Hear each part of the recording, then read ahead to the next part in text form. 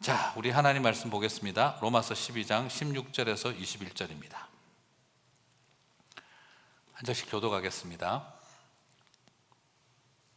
서로 마음을 같이하며 높은 데 마음을 두지 말고 도리어 낮은 데 처하며 스스로 지혜 있는 채 하지 말라.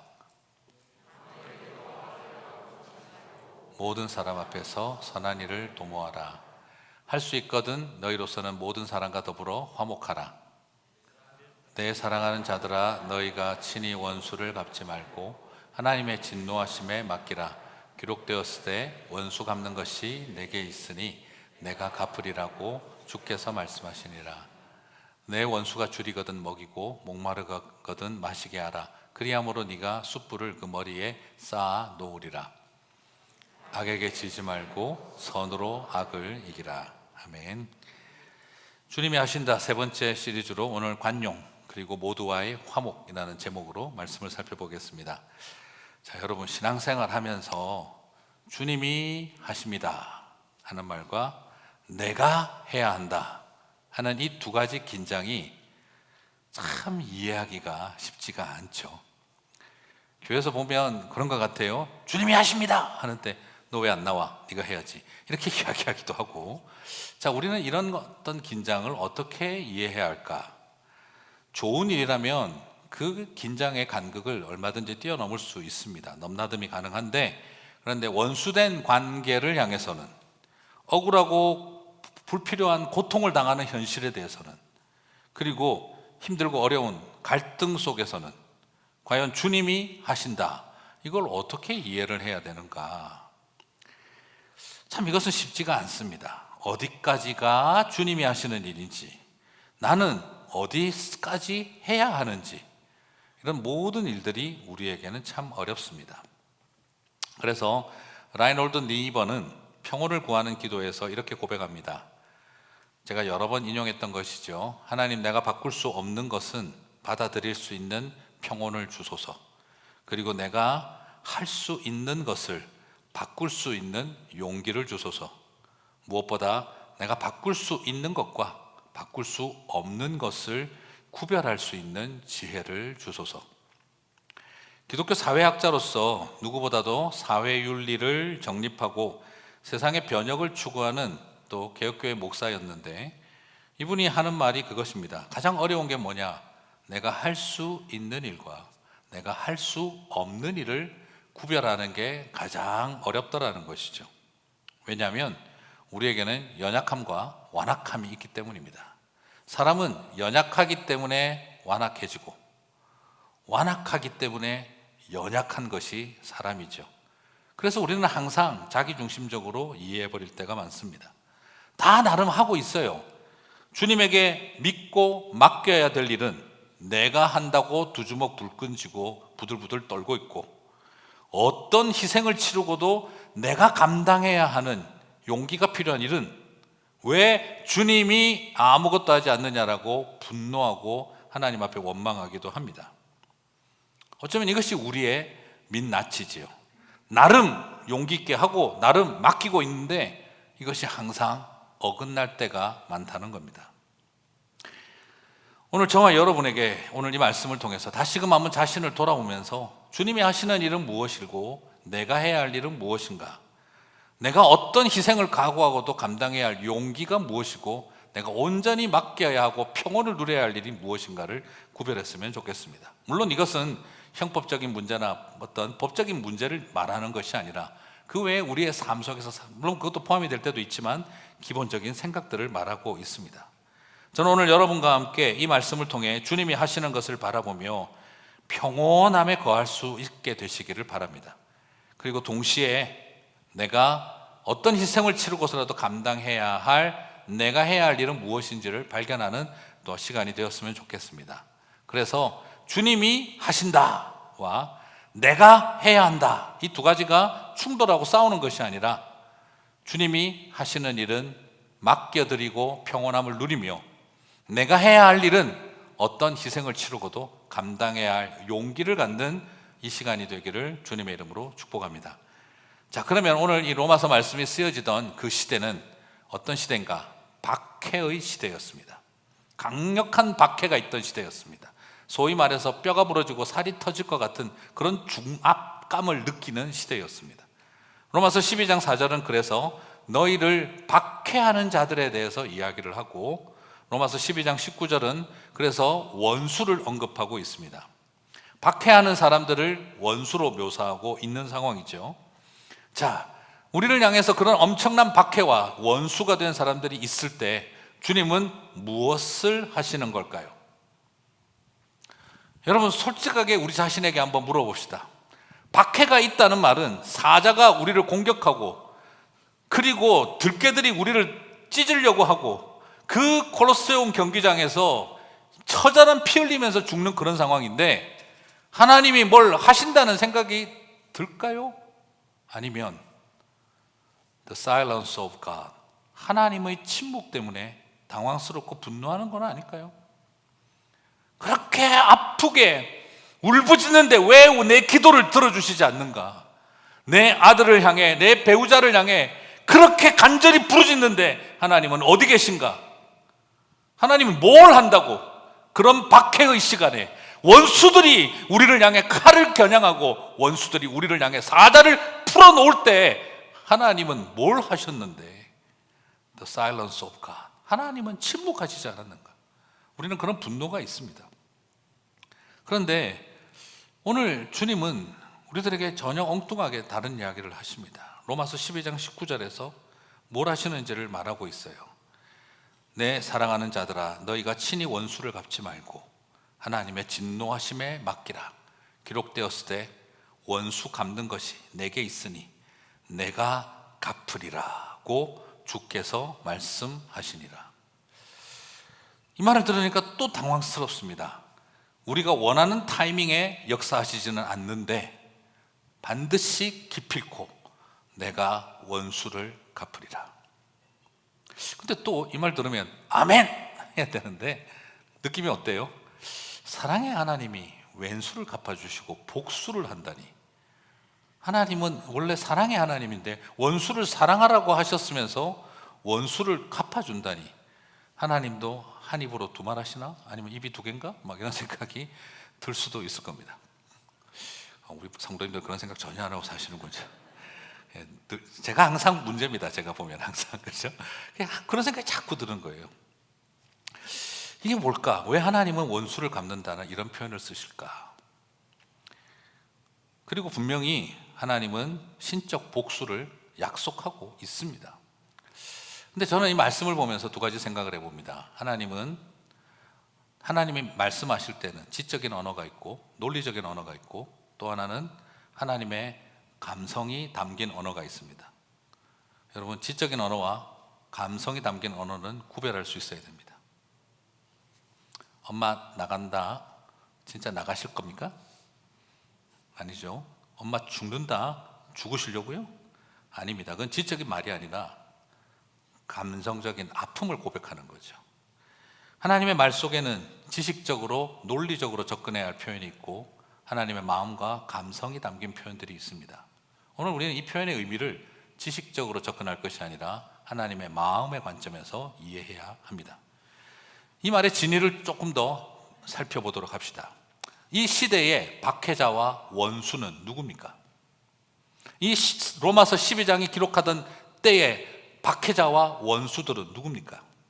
그것은 그 시대의 어떤 법과 공권력이 처벌할 수 없는 힘을 가진 절대 권력이었습니다.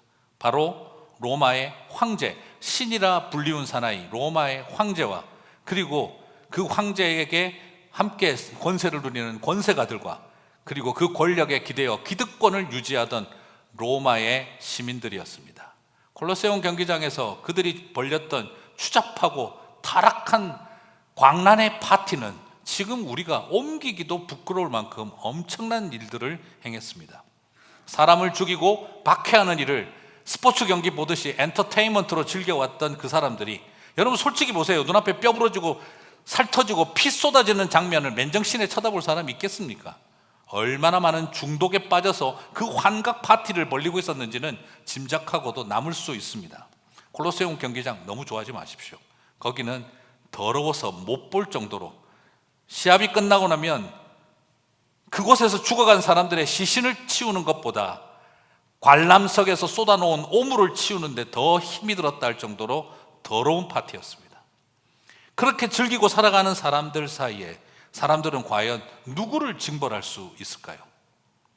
힘없는 그리스도인들이, 그리고 힘없는 세상의 약자들이 복수를 하고 싶어도 그 권력 앞에서는 꿈틀거릴 수조차 없는 절대 권력입니다.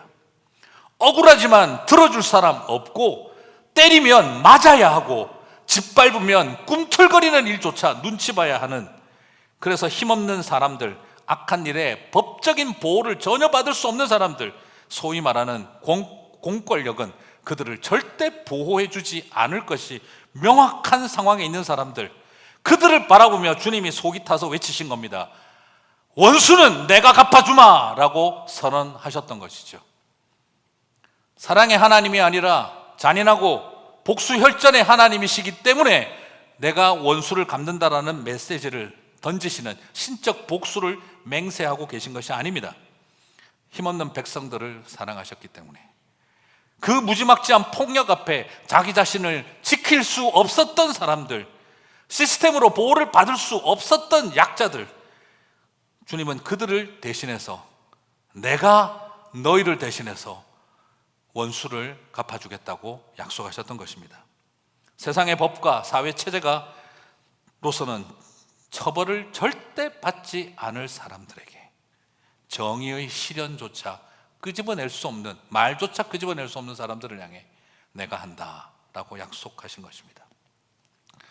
사랑하는 성도 여러분, 이것이 주님의 마음인 줄 믿습니다. 원수 갚으시는 하나님을 어떻게 들리실지 모르겠지만 저는 그래서 찬송합니다. 그 시대의 다른 종교들은 모두 어땠을까요? 그 시대의 모든 다른 종교들은 어땠을까요? 하나같이 권력과 힘을 가진 황제를 위한, 황제에 의한 황제의 종교였습니다. 국민을 위한, 백성을 위한, 민초들의 신앙이 아니라 황제를 위한, 황제에 의한 황제의 종교에 불과했습니다. 타락한 종교를 구별하는 가장 손쉬운 방법은 권력에 야합하고 있는가, 고통받는 백성들과 함께하고 있는가로 충분히 판단될 수 있습니다. 오늘 그 모습 속에서 우리가 발견합니다. 모든 종교는 황제를 위해서 존재했습니다. 아예 황제 숭배 종교였습니다. 그러나 하나님은 그 폭압적인 권력을 향한 하나님이 아니라 고통받는 백성들의 하나님이셨기 때문에 주님은 그들을 향해 진노하고 그리고 원수를 갚겠다고 약속하고 있으셨던 것입니다. 무슨 말일까요? 그대들이 나를 잔인한 하나님이라고 오해하고 내가 욕먹는 일이 있다 할지라도 나는 고통받는 내 백성들을 더 고통스럽게 만드는 권력을 향해 나는 참지 않겠다는 것입니다. 괜찮다, 너희들은 나서지 마라, 괜히 다칠라, 이런 부패한 종교와 권력을 향해서는 내가 너희를 대신하여 싸우리라. 이것이 주님의 마음이셨던 것입니다. 사랑하는 성도 여러분, 이것은 잔인한 하나님이 아니라 바로 힘없는 백성들을 향한 사랑의 하나님이시라고 저는 믿습니다. 오늘 그 하나님이 저와 여러분의 하나님이신 줄 믿습니다. 그래서 부탁드리고 싶습니다. 성도 여러분, 우리 소위 말하는 형법적인 문제만 아니라면 최소한의 장치를 말씀을 드리고 그리고 부탁합니다. 내 손으로 복수하려고 그러다가 죄짓지 마시기 바랍니다. 그리고 또 부탁드리고 싶습니다. 복수는 못하니 분노하고 속 터져서 마음에 병 앓고 버티지 마시기 바랍니다. 그러다가 결국 복수는 못하면서 가까이 있는 배우자와 애들한테 그 화를 쏟아놓는 실수를 하면 안 됩니다. 우리 힘으로 세상의 법으로 실현할 수 없는 정의라 할지라도 주님은 반드시 지금 당장 내가 원하는 시간은 아닐런지 몰라도 주님은 반드시 당신의 정의를 이루실 줄 믿습니다. 여러분, 내가 복수하려고 하지 마십시오. 주님의 복수를 기다리십시오. 이 땅을 살아가는 힘없는 백성들에게 그래서 살아계신 하나님이 위로가 되시는 것입니다. 사랑하는 성도 여러분, 주님이 이것을 우리에게 약속하신다면 이제 우리는 뭘 할 수 있을까요? 주님이 복수하신대. 그냥 버티고 참고 살래 그냥. 속병만 생기겠다 이렇게 생각되실 수도 있겠지만 저는 이렇게 말씀드리고 싶어요. 오히려 성경은 우리에게 더 많은 것들을 요구하고 있습니다. 오늘 사도 바울은 주님이 다 복수하신다는데 우리가 할 일이 무척 많다고 이야기합니다. 14절을 보니 박해하는 자를 축복하라고 하고 저주하지 말라고 하고, 15절을 보니 웃는 자들과 함께 즐거워하고 우는 자들과 함께 울라고 하시고, 16절을 보니 지혜 있는 척하지 말고 낮은데 마음을 두어라 겸손하라고 하시고, 17절을 보니 악을 악으로 갚지 말고 선한 일을 도모하라 하시고, 18절에 보니 할 수 있거든 모든 사람과 더불어 화목하라 관용하라고 말합니다. 그리고 원수에 대해서도 우리의 할 일을 보이고 계십니다. 로마서 12장 19절 21절, 내 사랑하는 자들아 너희가 친히 원수를 갚지 말고 하나님의 진노하심에 맡기라. 기록되었을 때 원수 갚는 것이 내게 있으니 내가 갚으리라 주께서 말씀하시니라. 같이 읽겠습니다. 내 원수가 줄이거든 먹이고 목마르거든 마시게 하라. 그리함으로 네가 숯불을 그 머리에 쌓아 놓으리라. 악에게 지지 말고 선으로 악을 이기라. 아멘. 오늘 이것을 보시면 원수는 내가 갚는다 하시고 나머지 일은 우리가 다 하는 것처럼 여겨집니다. 도덕주의, 율법주의를 가르치는 것처럼 여겨집니다. 하나님이 하시는데 우리는 도덕주의, 율법주의를 행해야 되는 것처럼, 행함을 강조하는 것처럼 느낄 수도 있습니다. 그러나 전혀 그렇지 않습니다. 여러분, 이것 딱 한마디로 정리하면 이렇게 정리할 수 있습니다. 나는 너희들을 위해 악역을 할 테니 너희들은 선한 것만 해라. 이것은 율법주의적인 도덕주의를 강조하는 것이 아닙니다. 내가 나쁜 놈 할 테니 너희들은 착한 사람 되라 이 말입니다. 내가 심판자 할 테니 너희는 천사 해라. 내가 다크 나이트를 할 테니 너희들은 화이트 나이트를 해라. 나는 이 세상에서 빌런 같은 존재가 될 테니 너희들은 이 세상에 주목받는 주인공 해라. 주님이 지금 그걸 우리들에게 말씀하고 있는 것입니다. 많은 율법적인 요구를 하고 있는 게 아닙니다. 딱 한마디로 악역은 내가 할 테니 너는 주인공하고 착한 일만 해라 하는 것입니다. 내가 다 갚아줄 테니 그들이 저주해도 너희는 축복해라. 내가 다 갚아줄 테니 그들은 때려도 너희는 감싸줘라. 내가 다 갚아줄 테니 그들이 악을 도모하더라도 너희는 선을 도모하라. 내가 다 갚아줄 테니 그들은 원수처럼 굴더라도 너희는 그들과에게 화목하고 그리고 관용해라. 악에게 지지 말고 선으로 악을 이기라.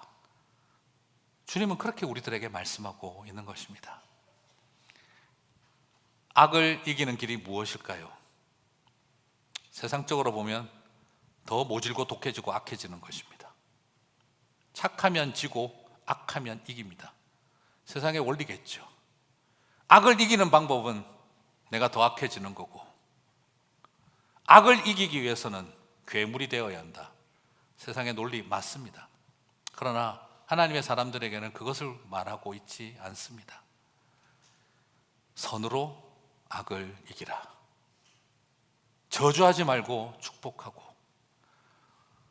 못 먹거든 먹이고 마실 물 떠주면서 선으로 악을 이기라. 사랑하는 성도 여러분, 악역은 내가 하마.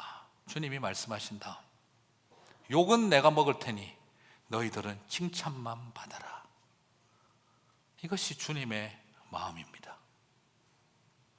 이것을 도덕주의, 율법주의 같은 말로 설명하고 싶지 않습니다. 욕은 내가 먹을 테니 너희들은 칭찬받는 일만 해라. 이것이 주님의 마음입니다. 현실과 상황은 우리에게 감정을 상하게 합니다. 부탁드리고 싶어요. 상황과 내 감정이 여러분의 태도, 애티튜드를 되게 하지 마시기 바랍니다. 현실과 감정이 나의 애티튜드가 되고 나의 행동이 되지 않게 해야 합니다. 성령의 감동과 은혜가 우리의 태도, 애티튜드가 되고 우리의 행동이 되어야 합니다. 사랑하는 성도 여러분, 성도는 이 세상의 태도와 행동과 다를 수밖에 없습니다. 그것이 복음의 은혜이기 때문입니다. 부탁드리고 싶습니다. 여러분의 감정이 태도가 되고 여러분의 감정이 말이 되고 여러분의 감정이 행동이 된다면 주님이 우리를 위해 악역을 하실 이유가 없습니다. 우리의 감정이 태도가 되고 우리의 감정이 언어가 되고 우리의 감정이 행동이 된다면 주님이 우리를 대신해서 악역을 하실 이유가 없습니다. 우리가 만약 그렇게 산다면 주님이 선한 일을 하시겠죠. 그 말은 우리가 악해졌다는 뜻이 되지 않겠습니까? 주님의 악역이 의미 없는 악역 되지 않게 해야 합니다. 그래서 이 모든 것은 율법이나 도덕주의가 아니라 사람다움입니다. 이것이 복음을 알고 있는 사람이라면 그렇게 살 수밖에 없는 일이라는 것입니다. 맞아요. 박해하는 원수를 저주하지 않고 축복하는 거 쉽지 않습니다. 차라리 내가 빌런이 되고 말지, 내가 악역이 되고 내가 괴물이 되는 게 낫지. 그러나 주님은 우리들에게 부탁하고 있습니다. 이게 어떻게 가능할까?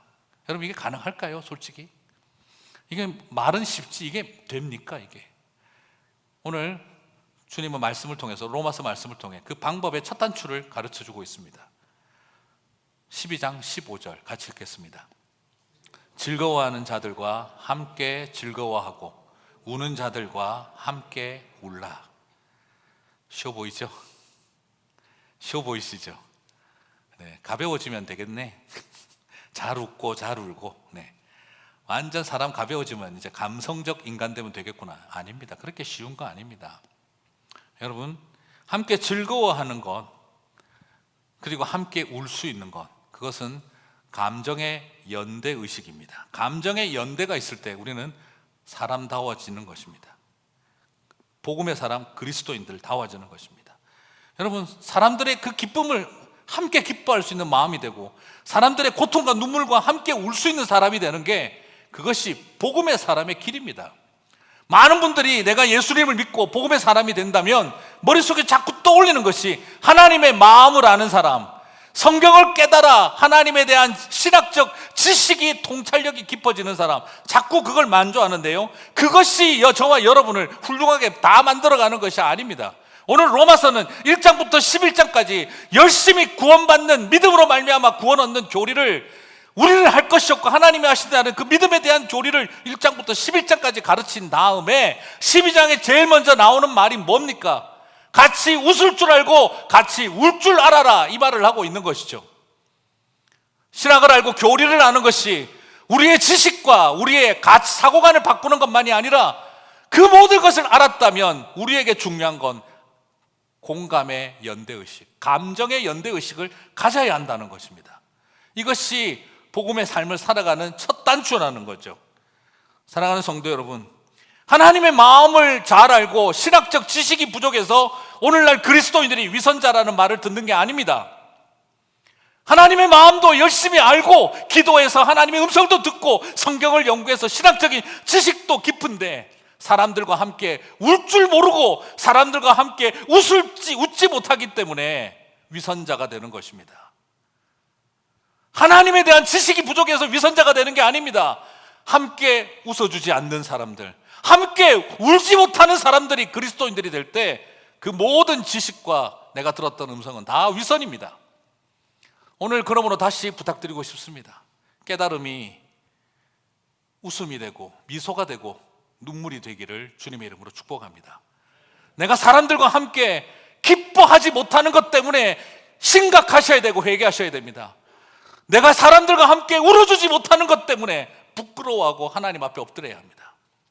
그것을 잃어버린 채 우리가 쌓아놓은 수많은 종교적인 것들은 우리를 더 심각한 위선자로 만들어버릴 것을 알기 때문입니다. 맞아요. 세상에는 잘된 사람만 있는 게 아니라 잘난 인간들도 있습니다. 세상에는 아픈 사람만 있는 게 아니라 나쁜 인간들도 있습니다. 그래서 다 웃어주고 울어주기 어렵다 하는 그 마음도 압니다. 하지만 솔직히 우리에게 한번 물어봐야 합니다. 정말 우리가 그런 감성의 연대를 잘하고 있는 걸까? 사실 그게 잘 안 돼요. 예. 심사가 더 나쁠 때는 상대가 울고 있으면 돌아앉아서 혼자 웃고, 심사가 뒤틀릴 때는 상대가 즐거워할 때 뒤에서 배 아파하죠. 그러면 목사님 애티튜드를 바꿉시다. 그 정도는 할 수 있어요. 표정 관리를 말하는 게 아닙니다. 속으로는 배 아파하면서 겉으로는 축하해. 네. 이게 애티튜드가 아닙니다. 저는 지금 얼굴 표정의 애티튜드를 말하고 있는 게 아니라 내 감정의 애티튜드를 말하는 겁니다.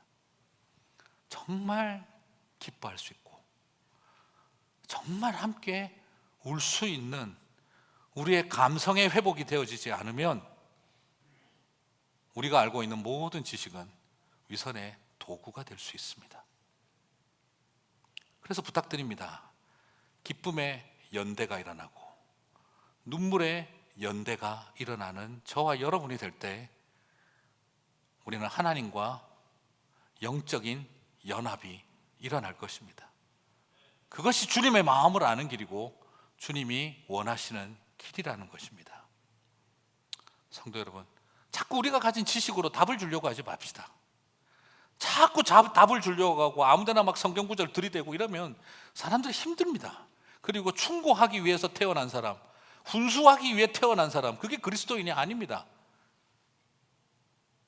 그냥 같이 울면 될 텐데, 같이 기뻐해 주면 될 텐데 그거 하나 못해서 그것이 우리의 약점이 되고 있는 거죠. 여러분, 가끔씩 그냥 보면 제가 자주 하는 말 있잖아요. 맞는 말인데 재수 없게 하는 사람들이 대부분 전반적으로 교회 다니는 사람들이라고. 자꾸 이게 틀린 말은 아닌데 듣고 있으면 자꾸 짜증나게 만드는 탁월한 능력을 갖고 있는 거죠. 그것이 우리가 지금 제일 조심해야 될 부분들입니다. 오히려 지금 우리에게는 언어 생활이 필요한 게 아니라 감정 생활을 다시 새롭게 해야 되는 겁니다. 달라질 것 없는 지옥 같은 직장에서 괴롭게 하루를 버티고 있는데, 무덤 같은 가정에서 참고 버티고 살아가고 있는데 옆에 와가지고 충고를 자꾸 해주는 거죠. 직장 상사한테 칭찬을 해봐. 사람이 바뀌어. 내가 우리 직장 상사 놓고 금식기도 했더니 사람이 바뀌던데. 너도 금식해봐. 남편한테 있잖아, 그렇게 하지 말고 예쁜 옷 입고 맛있는 음식 준비하고, 예쁘게 혹시 뭔지 잘 모르겠지만 하여튼 맛있는 음식 준비하고 좀 애교 부리고 그렇게 해봐. 그리고 교회 가자고 하면 해봐. 여러분, 이런 복음으로 이제 꽃이라고 가르쳤습니까? 왜 그런 말도 안 되는 소리로, 안 그래도 힘든 사람들을 2번 죽이고, 너는 애교도 없다, 음식도 안 한다, 너는 예쁜 옷도 안 입는다. 결국 그 말 아닙니까? 평소에 해가 다니니까 딱 보니까 너 예쁜 옷 안 입지 남편한테, 이 말 아닙니까? 대놓고 이야기를 하면. 우리 안에 있는 그런 심성들이 뭘 바꿀 수 있겠습니까? 그냥 옆에서 같이 울어주고 같이 아파하고 그 고통의 절망의 시간들을 싸우고 있는 사람들과 함께 울어주면 될 일을 왜 그리 답을 주려고 하느냐는 것이죠. 위르겐 몰트만은 이렇게 말합니다. 하나님은 우리와 함께 우신다. 그래서 우리는 언젠가 그분과 함께 웃을 수 있다.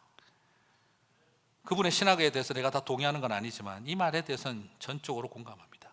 하나님은 우리와 함께 오신다. 우리는 그래서 언젠가 그분과 함께 웃을 수 있다. 이것이 주님의 마음입니다. 함께 우리와 울어주셨고 함께 웃어주셨습니다. 그러므로 우리들에게도 부탁하고 있는 겁니다. 로마서 1장에서 11장까지 교리를 가르치고 신학적인 사고를 가르치신 다음 하시는 말씀이 같이 웃어주고 울어주는 사람이 되라는 것. 공감의 연대가 있을 때 여러분, 그때 지식의 연대가 일어나고 겸손이 일어납니다. 로마서 12장 16절 같이 읽겠습니다. 서로 마음을 같이하며 높은 데 마음을 두지 말고 도리어 낮은 데 처하며 스스로 지혜 있는 채 하지 말라. 무슨 말입니까? 끊임없는 이 아픔과 기쁨을 함께 하는 사람들은 서로의 마음을 같이 하게 된다는 겁니다. 네가 로마인이든 유대인이든, 네가 지배계급이든 비지배계급이든, 네가 사용자든 고용인이든, 어떤 상황 가운데 있든, 그 당시 로마와 유대인들의 관계가 그 관계였죠. 당신들의 사회적인 지위와 위치가 어떤 상황에 있다 할지라도 함께 웃고 함께 울면 우리는 같은 마음을 갖게 되어지고, 그리고 로마인들은 계속 자랑하죠. 우리의 철학을 봐라. 유대인들은 자랑하죠. 우리의 율법을 봐라. 스스로의 지식들을 끊임없이 자랑하고 있는데, 같이 울고 웃게 되어지면 낮은 데 처하여 스스로 지혜 있는 채 하지 말라고 않게 된다는 것을 우리들에게 도전하고 있는 것입니다. 넌 맞고 난 틀렸다. 얼마나 감사합니까? 근데 우리는 어떻게 합니까? 넌 틀렸고 난 맞다. 끊임없는 그 자리에 서 있던 우리의 많은 싸움들, 이제 상대를 존중하고 높이라. 같이 웃고 우는 일이 출발이라는 것이죠. 공감의 연대가 있을 때 우리는 모든 사람과 화목하고 관용할 수 있습니다. 로마서 12장 18절 같이 읽겠습니다. 할 수 있거든 너희로서는 더불어 화목하라. 모든 사람과 더불어 화목하라. 관용하라. 같은 말입니다. 또 더불어, 철학, 정치적인 표현 아닙니다. 성경적인 표현입니다. 천상천하 유아독전처럼 사는 것이 아니라 반대자와 생각이 다른 사람들과도 화목하게 되고, 그리고 그 모든 것들을 이루어가게 되는 것입니다. 네가 유대인이든 로마인이든, 네가 정복자든 비정복자든, 네가 지배계급이든 비지배계급이든 우리는 다 화목하고 관용하게 된다라는 것이죠. 여러분, 오늘날 우리 시대도 보면 너무 이념적인 분쟁과 갈등이 많습니다. 되게 지적인 것처럼 보이지만 굉장히 감정적입니다. 막 이념적인 이야기, 정치 이야기 나오면 입술 떨리고 손 떨리고 난리 납니다.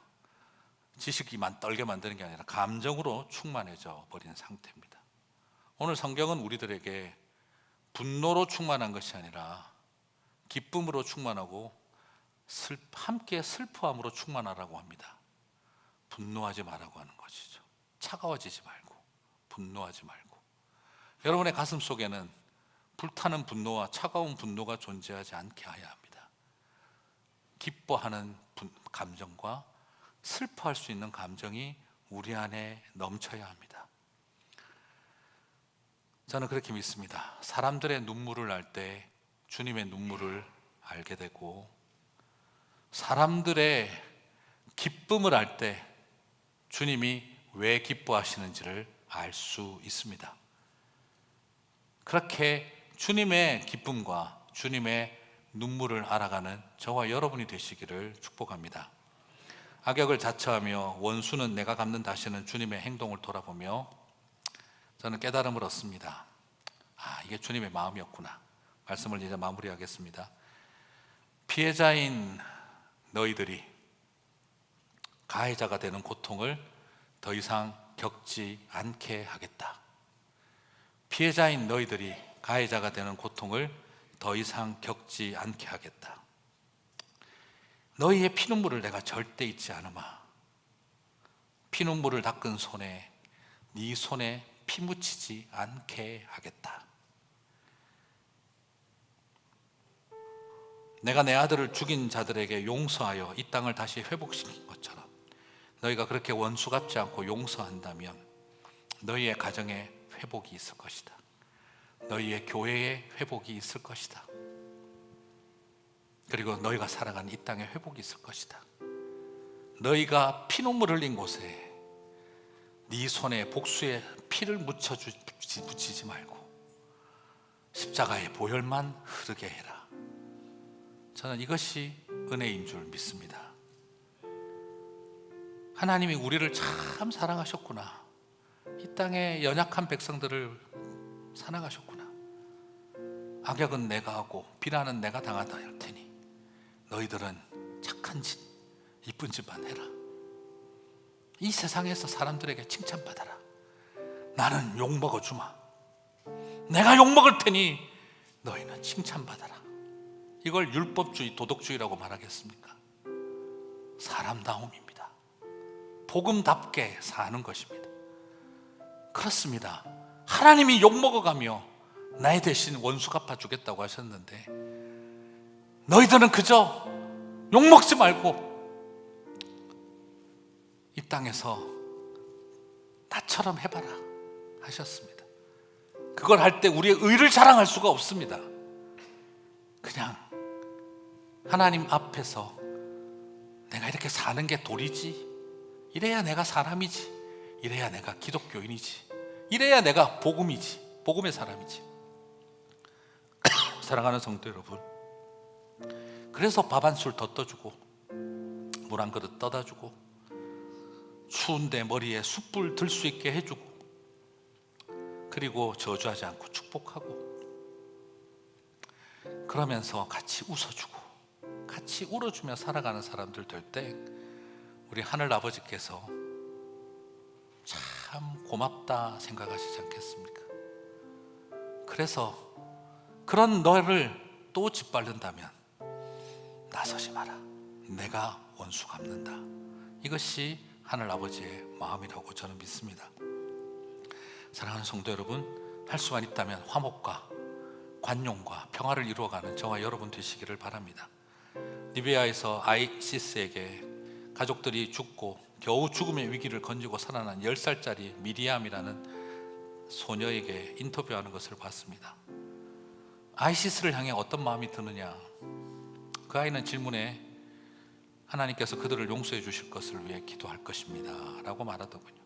진행자가 당황해하며 너도 용서할 수 있겠니? 라고 물어보자 그 아이는 그렇다고 대답하면서 마태복음 5장 43절 44절을 인용하였습니다. 내 이웃을 사랑하고 내 원수를 미워하라 하였다는 것을 너희가 들었으나 나는 너희에게 이르노니 너희 원수를 사랑하며 너희를 핍박하는 자를 위하여 기도하라. 저는 다만 이 말씀에 순종하고 싶습니다. 10살 아이 앞에서 나이 든 어른이 그 영상을 보고 울었습니다. 나이가 더 든다고 말씀대로 살아갈 수 있을 거라는 생각은 아닌 거구나. 저는 그때 그 모습을 바라보면서 이것이 하나님께서 우리에게 원하시는 것, 저 10살 아이를 통해 미움으로 가득 찬 이 세상 속에 예수 그리스도의 음성을 전하고 있구나라고 고백하게 됩니다.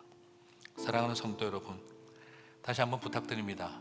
현실과 상황과 감정이 내 태도와 행동을 결정하지 못하게 합시다. 복음이 내 삶의 애티튜드가 되고 복음이 내 언어가 되고 복음이 내 행동이 되게 하시기를 축복합니다. 악한 능력, 독하고 강한 힘이 역사하는 세상 속에 선한 능력은 약한 능력처럼 여겨질 것입니다. 그러나 저는 믿습니다. 약한 능력이 아닙니다. 선한 능력은 이 세상에 독하고 강한 능력을 이기는 힘인 줄 믿습니다. 다 함께 자리에서 일어나셔서 찬양하고 기도하고 마치겠습니다.